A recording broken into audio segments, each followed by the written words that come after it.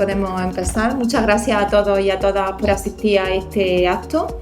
Le damos la bienvenida una vez más a Fran. No necesita presentación, yo creo que todos los que estamos aquí presentes lo conocemos. Él es profesor de filosofía en el Instituto Virgen de la Cabeza y cuenta en su haber con numerosas publicaciones. Estábamos hablando anteriormente de que esta era la 9ª publicación. Y hablábamos además de que era un libro un tanto especial porque era como tenía conexiones con otras publicaciones en cuanto a personajes, contenido y la forma de la narración. Por ejemplo, estaba relacionado, hablábamos con el ajedrez, con el resto, exactamente, el ajedrez de la filosofía. Me hablaba de esta chica tan sugerente de la portada que me comentaba que es la protagonista de Nanna, el anterior libro publicado por él, que no tiene nada que ver con la filosofía y que animo desde aquí que si no lo habéis leído, bueno, Nanna y todo. También me hablaba que tenía, estaba escrito en forma de diálogo y que por eso también se conectaba y estaba un poquito en consonancia con Licofrón, que es el diario de clase. Estamos ante un libro de filosofía, hablábamos, y bueno, vamos a ver qué nos cuenta Fran y que nos abras boca para poder comprarlo y leerlo. Antes de nada, quería disculpar a Rafa Valdivia, concejal de Cultura, que siempre acompaña a este tipo de actos, pero hoy no ha podido porque está fuera, por motivos también profesionales, así que desde aquí las disculpas. Y nos acompañan también del equipo de gobierno 2 concejales, María Correa y Paco. Así que bienvenido y bienvenida a todas y vamos a disfrutar de lo que nos tenga que contar Fran esta noche.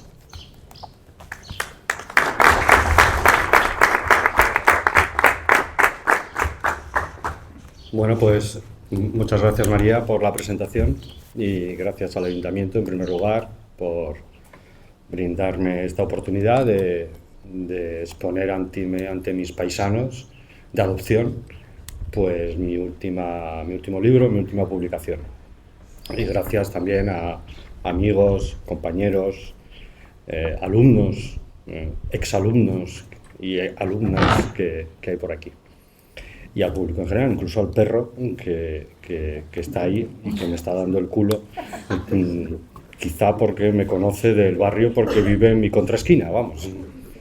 En cualquier caso, bienvenidos y gracias por ocupar vuestro tiempo de esta manera tan extravagante como la presentación de un libro, cuando hay cosas mucho más interesantes que hacer, como por ejemplo, directamente. Bien, lo que voy a hacer entonces es hablar de esta última publicación y veréis que he dispuesto sobre la mesa publicaciones anteriores porque mi idea es, como ha dicho María adelantando las cosas, digamos, establecer ciertas conexiones con publicaciones anteriores que tenéis ahí en el stand que mi amiga Mariani, que como digo yo a mis alumnos es la persona que más me quiere de todo Marmolejo, después de mi mujer, y con ciertas dudas directamente, que para el que quiera luego adquirir algún ejemplar, que yo gustosamente se lo firmaré con dedicatoria especial. Bien, entonces empecemos quizá por el principio. El libro se titula El banquete de los atrabiliarios, que es un título que se las trae, vamos, que de hecho a una vecina que había por aquí, que no ha podido venir, digamos que, lo digo porque están aquí 2 responsables de este libro, aunque ellos no lo sepan. Juan Pedro, mi médico, y don Jesús de Toro, mi ingeniero, porque nosotros teníamos una tertulia en Marmolejo, íbamos a casa de Jesús, a su bodeguita, y allí con otros compañeros del instituto, a veces algún filósofo, nuestras mujeres iban de vez en cuando, no muchas, gracias a Dios, pero porque entonces teníamos que hablar de cosas importantes, vamos, y nosotros lo que queríamos era divagar, por decirlo así. Y, por lo tanto, y yo creo que la idea para hacer el libro me la dio el hecho de que yo me lo pasaba bomba, discutiendo hasta las 3 de la mañana con mis amigos, hablando de lo humano y lo divino. Podía ser política, educación, ciencia, toros, en fin, no había un guión preestablecido. Y me daba mucha lástima que eso se perdiera, se quedara en el recuerdo, pero se perdiera de alguna forma. Tiene que ver también, eso, digamos que este es uno de los núcleos que han hecho que al final la cosa se precipite de esta manera. El segundo tiene que ver con publicaciones mías anteriores, evidentemente. Y en primer lugar con Nanna, que es esta novela erótica que igual alguien del público ha leído, lo digo sin sonrojarme, aunque es una novela para sonrojarse directamente, es decir, y que no es apta para mis alumnos de bachillerato, digamos, hay que tener, aunque estoy seguro de que ellos, digamos,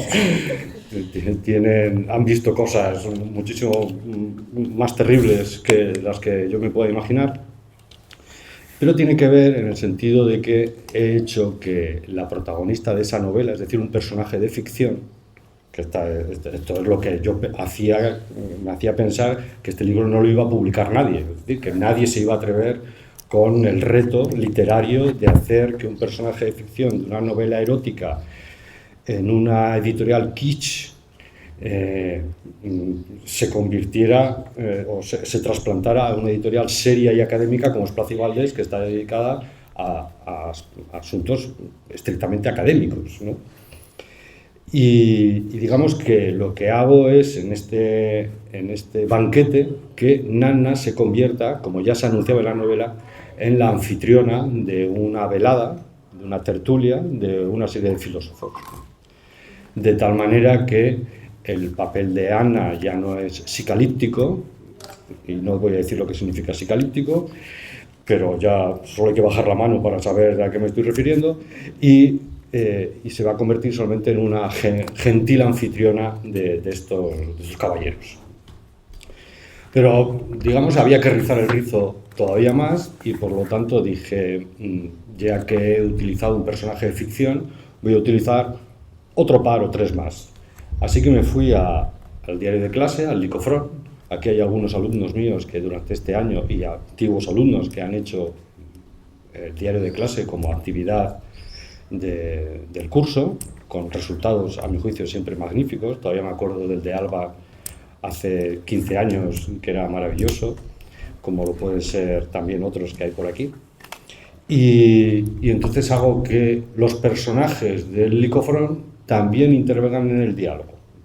Es decir, entre ellos un tal Francisco J. Fernández, que también es un personaje. Es decir, que yo estoy dentro y fuera. Estoy dentro en el sentido de que soy un personaje y me trato regular, por decirlo así. Es decir, que me adopto ciertos sesgos para pintar el personaje que no tienen por qué ser exactamente los que me corresponden, porque todo el mundo sabe que soy una persona simpática, agradable y eficiente, ¿no? Y en cambio ahí es un tío atrabiliario, irónico, que nunca se le entiende, cosas de este estilo, ¿no? Con sus paranoias. Bueno, que es lo primero que me ha dicho mi mujer cuando venía aquí y le he pedido algunas ideas para presentar el acto. Y dice, déjate de paranoias, déjate de paranoias. Entonces, pues yo hasta el momento creo que todavía la paranoia está controlada.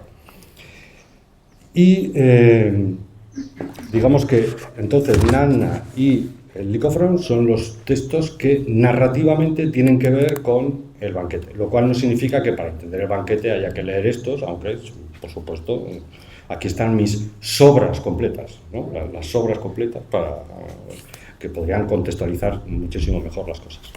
Y luego, desde el punto de vista conceptual, ya no narrativo o literario, pues tiene que ver, pues en primer lugar quizá, con el último que publiqué, el penúltimo, El fantasma de la Deixis, que es un texto, es una recopilación, que no es un libro, es un volumen, en el sentido de que no tiene unidad, sino que es una recopilación de artículos, cada cual más fantasioso y más atrabiliario también, y tiene que ver con el ajedrez de la filosofía, porque veréis que en el libro hay un momento en el cual, para ilustrar ciertas tesis, que ahora no voy a explicar, pues el ajedrez se convierte en un lugar privilegiado para exponerlas.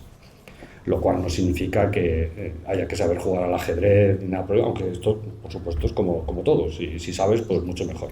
Pero de la misma manera que si sabes francés, o sabes alemán, o sabes griego, o sabes latín, o sabes matemáticas, o sabes todo.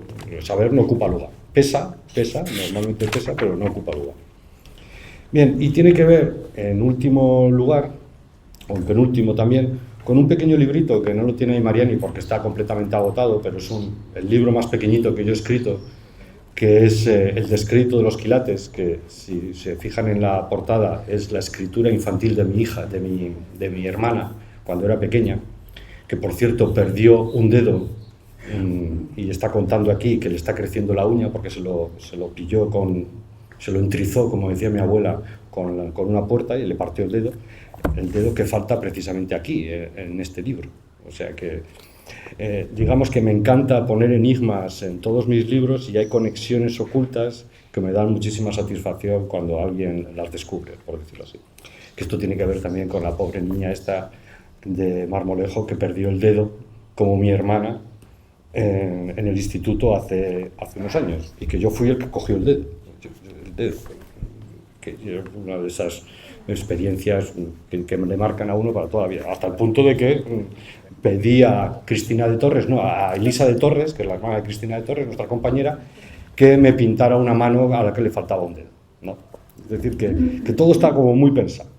De la misma manera, si muestras el libro, veréis que en la portada Nana lleva un zurreón, como dicen en Fuensanta de Martos, en la mano, que es una avispa, creo que es la avispa mamut, que es una de estas avispas enormes, terroríficas, aunque no especialmente dañina, que hay en el campo, y que tiene su sentido también dentro de la narración. Es decir, se explicará en un momento dado por qué la protagonista lleva una avispa atada, que era, por cierto, un juego que se hacía en Jaén, que es que los chicos cazaban insectos, les ataban una guita con una cuerda y luego los iban paseando.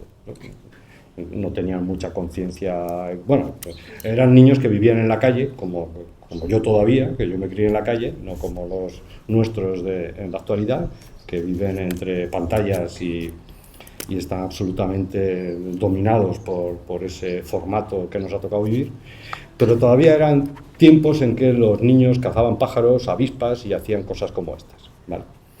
Bueno, pues, entonces, ¿de qué va esto? ¿De qué va esto? Y después de todo. Bueno, pues va de un banquete que una serie de señores organizan. Y luego, un poco más tarde, uno de los que intervienen en el banquete se lo cuenta a un tal Francisco J. Fernández. De tal manera que la velada se va a contar como en segunda persona, en el sentido de que vamos a saber lo que dice la velada, pero a través del relato de uno de los intervinientes, que a veces habla en estilo directo, es decir, contando más o menos fidedignamente lo que pasó, y otras sencillamente de manera indirecta, que es donde aparecen los hijos de Francisco J. Fernández, que quieren saber acerca de qué es lo que ocurrió. Y claro, la velada, como la tertulia, como decía mi vecina, la tertulia, que nos llamaban así, la tertulia de los leídos, ¿no? Con WhatsApp, claro, la tertulia, ya te vas a la tertulia de los leídos, ¿no? Claro, entre la tertulia de los leídos y el banquete de los atrabiliarios, pues yo aquí, con este último título, que es muy pedante, al menos he eliminado la guasa y la retranca que había en el pueblo respecto de estos intelectualillos que éramos nosotros, un ingeniero, un filósofo, otro, un médico, claro, esta gente que se cree que hablan con palabras muy raras, claro.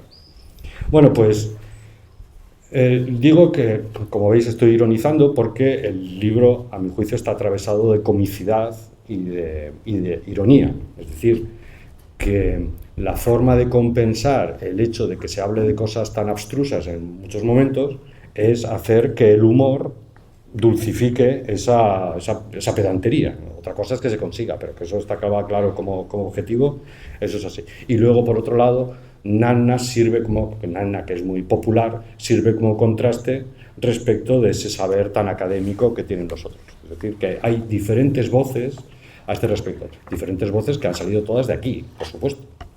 Bueno, de aquí. Ha salido de aquí y de ahí. Es decir, de ahí fuera, ¿en qué sentido? Pues en el sentido de que, de la misma manera que recordaba algunas de nuestras conversaciones, pues muchos amigos me han ayudado. Es decir, que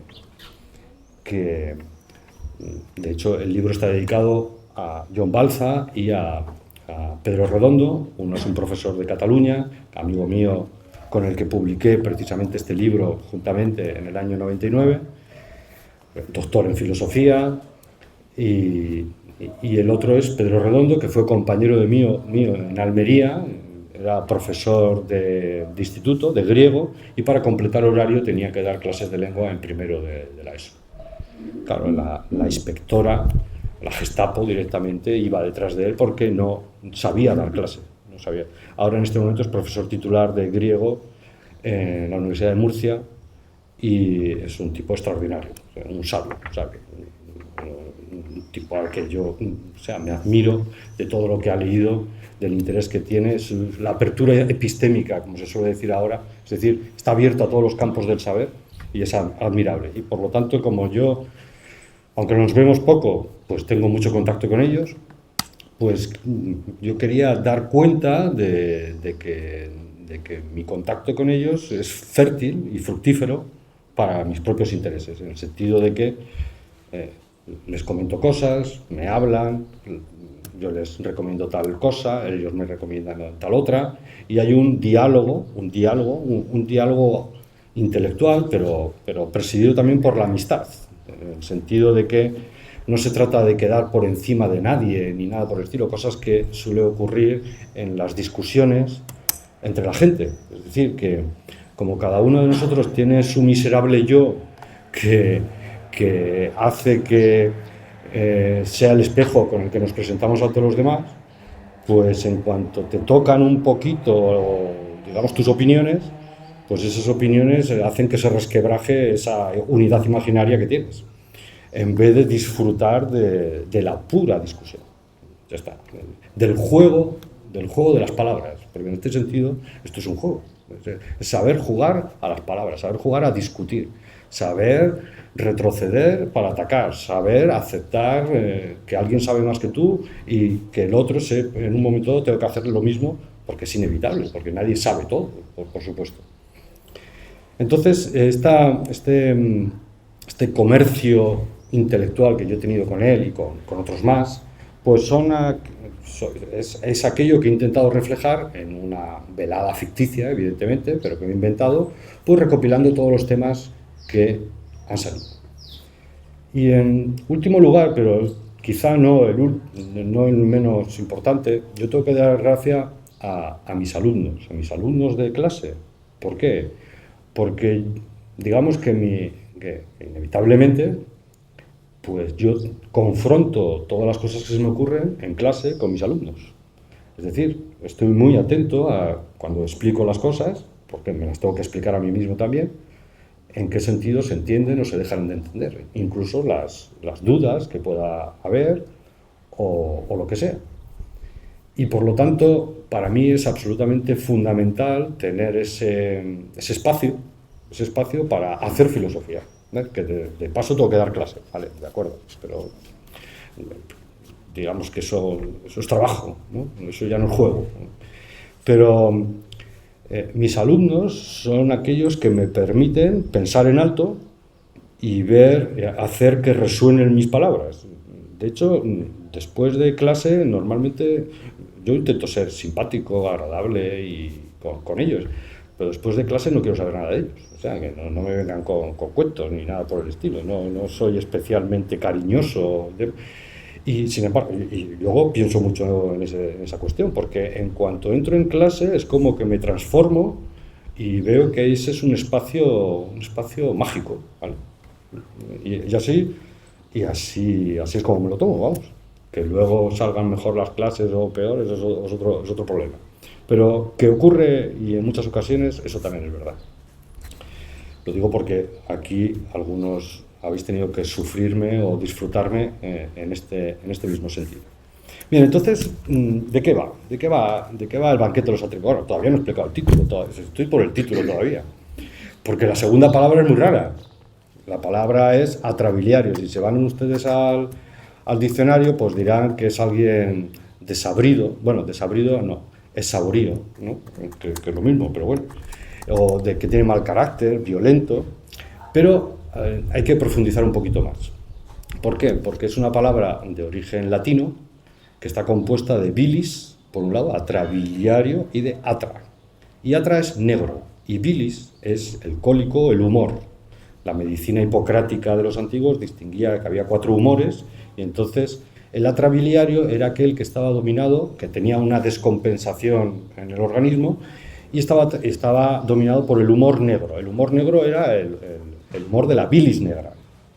Y eso no tenía solamente una repercusión fisiológica, pues hacía que fueras más propenso a determinadas enfermedades o algo por el estilo, sino que también tenía una dimensión psicológica. Y entonces, esto es Hipócrates, los tratados hipocráticos, que esos que no se leen los médicos nunca, eso son la verdadera medicina. La verdadera medicina, ¿por qué no era cirugía? Es decir, que los médicos hipocráticos eran aquellos que a partir de los síntomas se remontaban hasta las causas. El síntoma era el signo de la enfermedad. Entonces, un médico era aquel que decía, tienes esto, pues esto va a ser lo otro. Y nada de cirugía, que cirugía significa intervenir con las manos. Eso es la cirugía. Lo digo porque en nuestros tiempos un cirujano es aquel médico que es más prestigiado en la actualidad. Estos eran la farfolla en la antigüedad. Esto era una cosa de practicantes, ¿no? Pues sí, lo digo porque ahora todo el mundo quiere ser practicante. Bueno, se llama ahora enfermería, pero es lo mismo para mí. Lo digo, y son científicos incluso, ¿vale? Bueno, el mundo que nos ha tocado, nada más. Bueno, pues los atrabiliarios. ¿Y por qué de repente me fijo yo en esta palabra?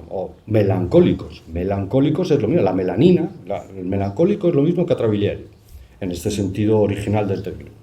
Porque resulta que Aristóteles, la culpa siempre es de Aristóteles, que es un monstruo, un auténtico monstruo, un traidor, como diría mi amigo John Balza, pero un auténtico monstruo, porque era muy listo, lo cual Cortés no quita lo valiente, dice en uno de sus problemas, tiene un libro titulado Problemas, y ese libro es muy interesante, está lleno de observaciones y además siempre están hechas de manera interrogativa, es decir, que no responde.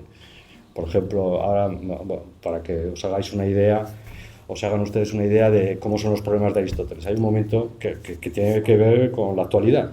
Hay un momento en que Aristóteles se pregunta ¿cuál es la diferencia entre el filósofo y el pedagogo, el demagogo?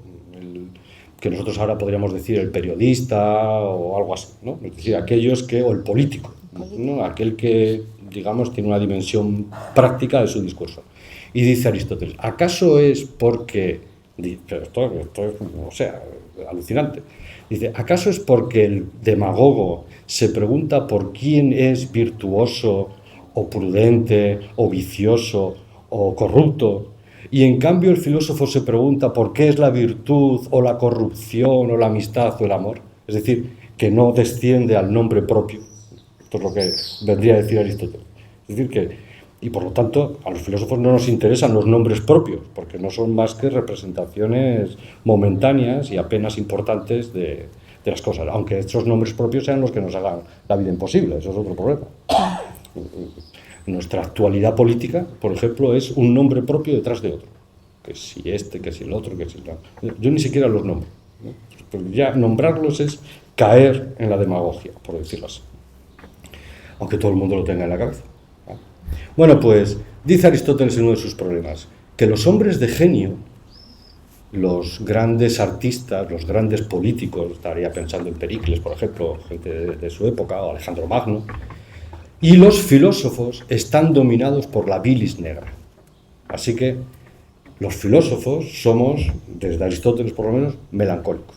Melancólicos en el sentido de que la bilis negra es el humor dominante de nuestro organismo, que es una descompensación, ¿vale? Y eso hace que sean capaces de lo mejor y de lo peor, porque hay una descompensación. Pero... Entonces, esto lo que está significando es que la bilis negra lo que es incita al exceso. Claro, pero el exceso puede estar bien orientado o puede estar mal orientado. Pues un poco cuando decimos este tío es un monstruo. Cuando decimos este tío es un monstruo, hay un exceso de virtud, por ejemplo, un jugador de fútbol o algo por el estilo. Pero también puede ser un monstruo cuando se orienta hacia el mal, ¿no? Un psicópata o algo por el estilo. Entonces, la filosofía es peligrosa en el sentido de que en un momento dado puede ir por el recto camino o por el otro. Y esto lo dice el mismo que defendía, que es una cosa de las que se habla aquí también, que la virtud está en el medio. El término medio, entre el derrochador por un lado y el tacaño, pues está el generoso, ¿no? Esta era la teoría de Aristóteles, que estaba muy bien, por lo tanto bastante razonable. O entre el temerario y el cobarde, pues está el valiente. Y el valiente es la virtud. No es una virtud el temerario, porque se expone innecesariamente, y incluso, digo, porque se profundiza algo en este asunto, aprovechando que mi hijo en primero de carrera hizo un trabajo sobre la teoría del término medio de Aristóteles, descubriendo algunas cosas muy interesantes. Yo me aprovecho como una hierba parietaria del trabajo de carrera de mi hijo para hacer que él lo defienda en el propio texto. Lo digo porque digamos, yo me he aprovechado del saber ajeno y mi mérito ha sido exponerlo aquí o allá. Me he aprovechado y he hecho de mi capa un sayo. Es decir, que a pesar de que ellos puedan reconocer muchas de sus ideas, está claro que yo he podido cometer excesos a la hora de exponerlas porque tenían que servir para mi propio propósito. De todas maneras, como yo he ido dando cuenta de lo que iba escribiendo a medida que se iba escribiendo, pues ya tuvieron su oportunidad de protestar, y si no, que callen para siempre, claro, por supuesto. A no ser que hagan como esos a los que mando mis cosas, dicen que se las leen pero no se las han leído. Serán descubiertos, tarde o temprano, ¿vale? Como María Sorroche, que a veces me engaña en este sentido. Bueno, y no quiero aburrirlos mucho, pero el último concepto que hasta cierto punto no he sido consciente de él hasta acabado el libro es uno que me gusta mucho y que creo que es la primera vez que voy a hablar de ello. No, creo que no he hablado nunca en clase tampoco de ello, así que me sirven ustedes de sparring para ver qué sale de esta cabecita.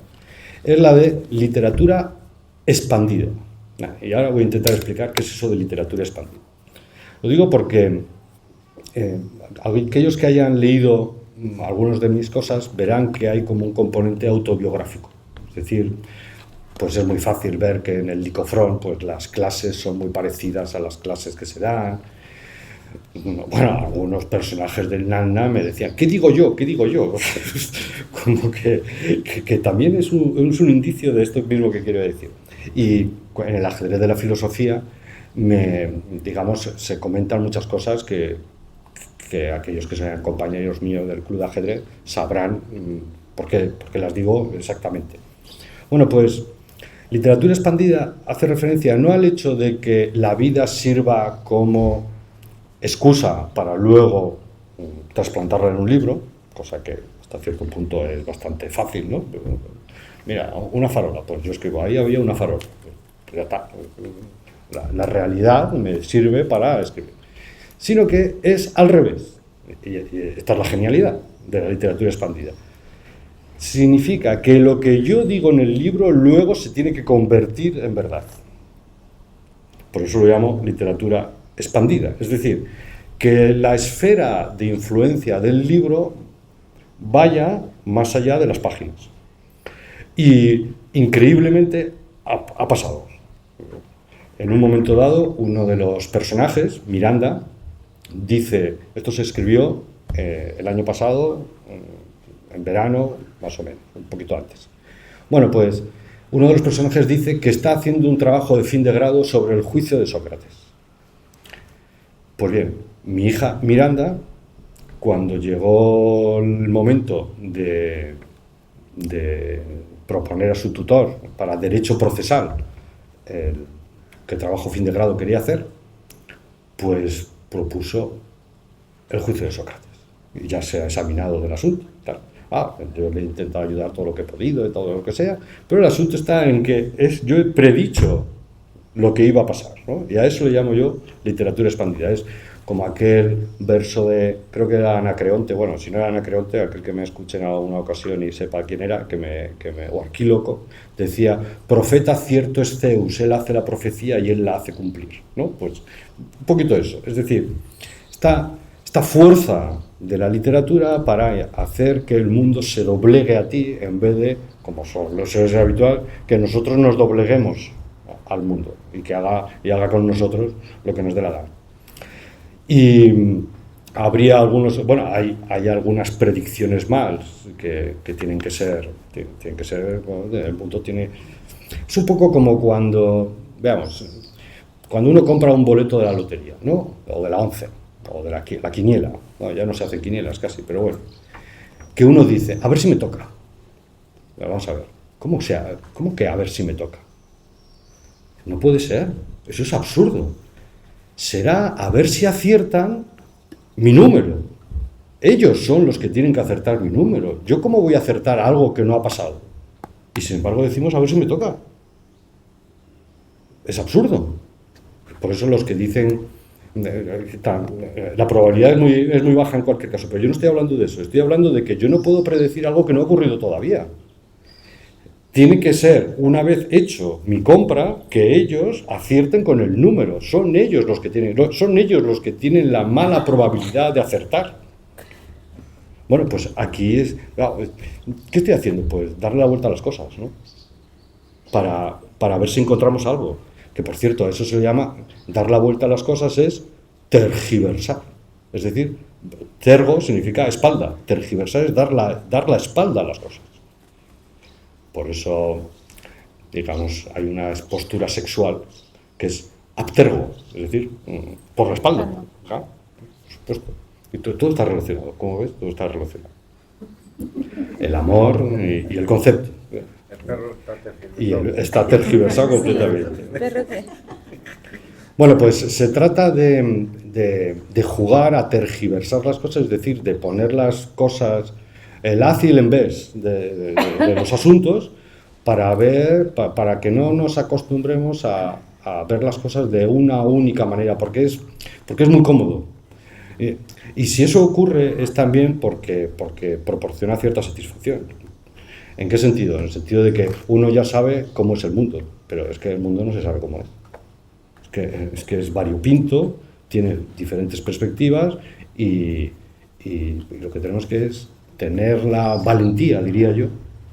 La andreia era la virtud que Aristóteles daba que se suele traducir por virilidad, pero no es correcto, porque una mujer también puede tener andreia, es decir, es aquel que mantiene la calma ante un peligro cierto, es decir, aquel que es, digamos, mantener el tipo ante el peligro cierto.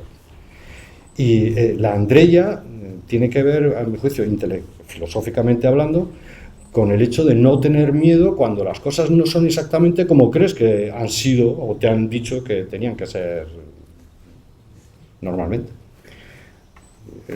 Vivimos en cápsulas ideológicas, pequeños que son como compartimentos estancos, que hacen que sepamos qué hacer en cada momento para obtener ciertas satisfacciones sociales también. Es decir, entre ellos, pues no acabar solo, porque eso es muy terrible. Entonces, pues son pues concesiones o compromisos que tenemos, ¿no? Y ahora voy a contar uno porque yo, aunque esto pues lo explico más o menos bien, luego en la práctica yo soy muy malo, ¿no? Y además hace un par de años, ¿sí? Mi mujer no se acordará, pero yo sí que me acuerdo porque, digamos, creo que acertó. Hubo un momento en que yo me estaba quejoso por el poco éxito de mis libros, ¿no? Por ejemplo, Este pueblo, ¿no? No pasa nada. Yo estaba criticando, echando pumarajos por la ropa. Y entonces mi mujer me dice, es que tú no generas compromisos. Esto me dejó patidifuso directamente. Intenté pensar en qué significaba que yo no generaba compromisos.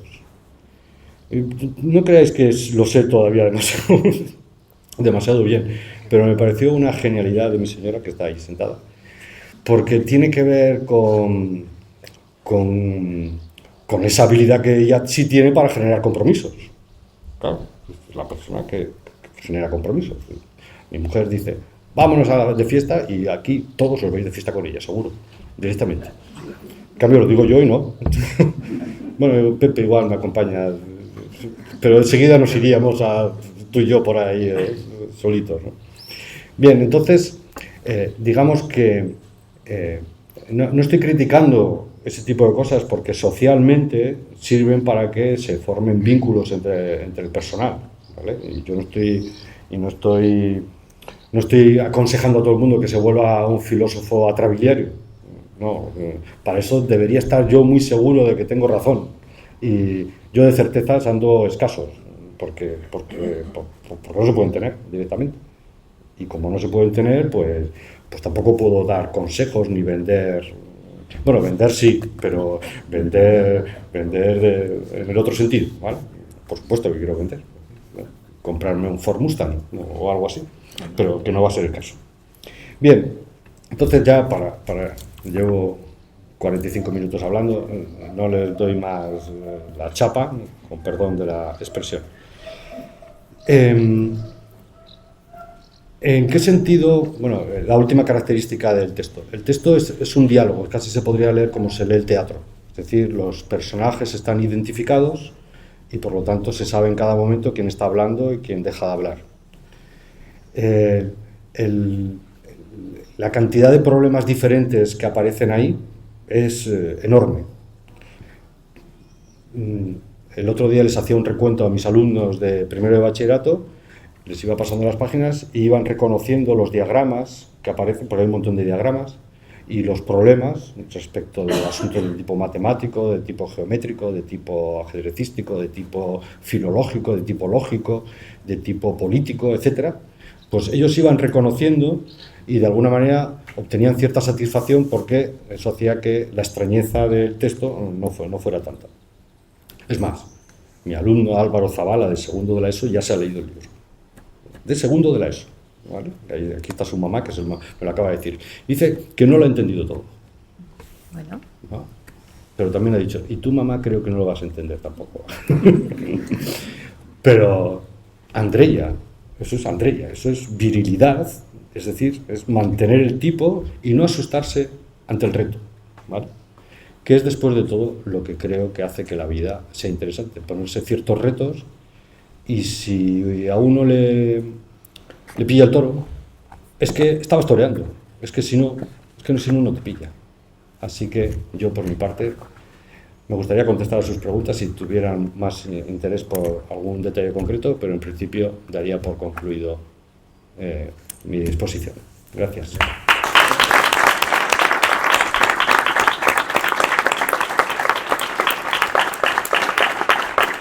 Una pregunta.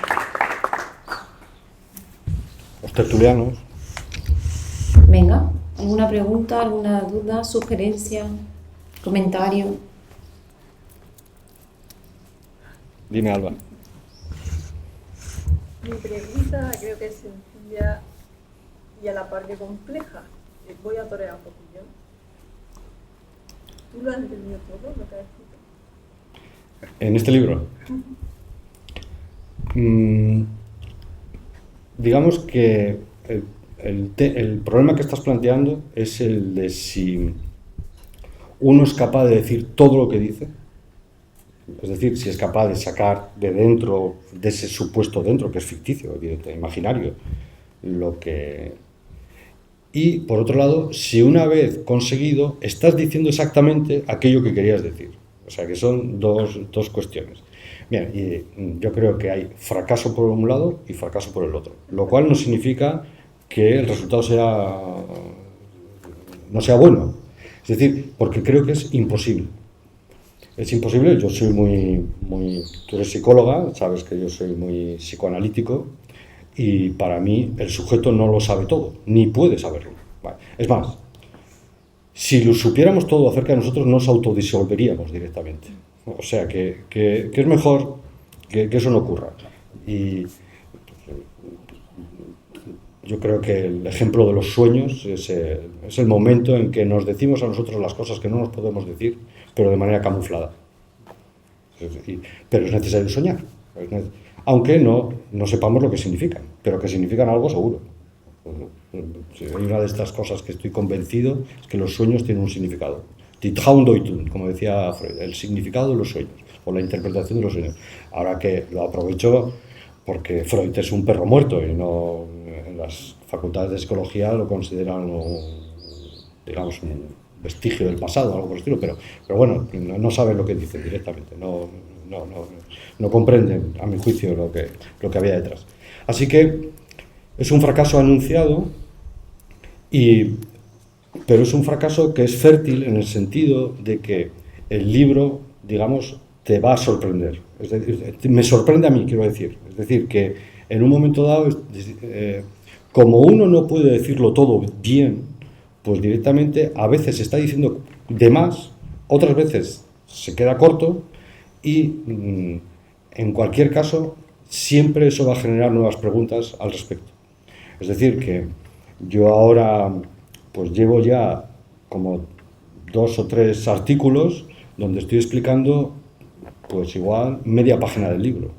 Es decir, que esa media página del libro me ha servido para mí seguir profundizando y explicarme a mí mejor cierta cosa. En este caso, por ejemplo, pues he escrito una cosa sobre un par de filósofos que aparecen ahí mencionados, porque necesitaba confrontarlos y que lo que ahí se decía un poco de pasada, pues se dijera con mayor profundidad y conocimiento de causa, y otro sobre cierto, un cuentecito que leí con 20 años o 20 y tantos años, que he vuelto a él y que he vuelto a reinterpretarlo, y que se menciona también ahí. Es decir, que esta tarea es infinita, ¿no? Pero bueno, es que hay cosas, no hay cosas mejores que hacer, a mi juicio. Y además hacen muy poco daño, o sea que no es como estas profesiones que hacen puentes, bombas y cosas de este estilo, ¿no? Que se caen los puentes, las bombas explotan. Los tecnólogos, como tú, Amparo, hija mía, también hacéis la mini primer, o también hacéis ¿cómo se llama? La olla esa, la Thermomix, ¿no? Que también es muy útil. Pero bueno, yo hago muy poco daño con mis cosas. Es decir, como decía Albert Camus cuando le preguntaban, ¿tú qué has hecho por el mundo? No empeorarlo. Ya es bastante, ¿no? Porque estos que intentan arreglar el mundo, al final da la impresión de que... Por eso muchas veces en el instituto, cuando se preguntan si actividades de mejora, cosas, yo digo, inmejorable, ¿no? Mejor. Claro, ya estás con tu tergiversación. Pues claro, pues sí. Así que no sé si te he contestado, pero...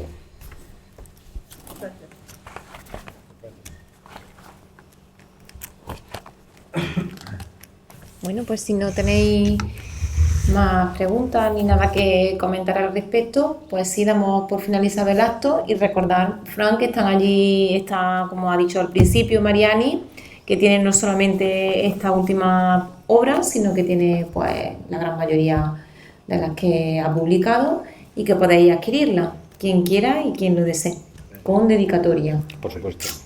Muchas gracias a todos y a todas.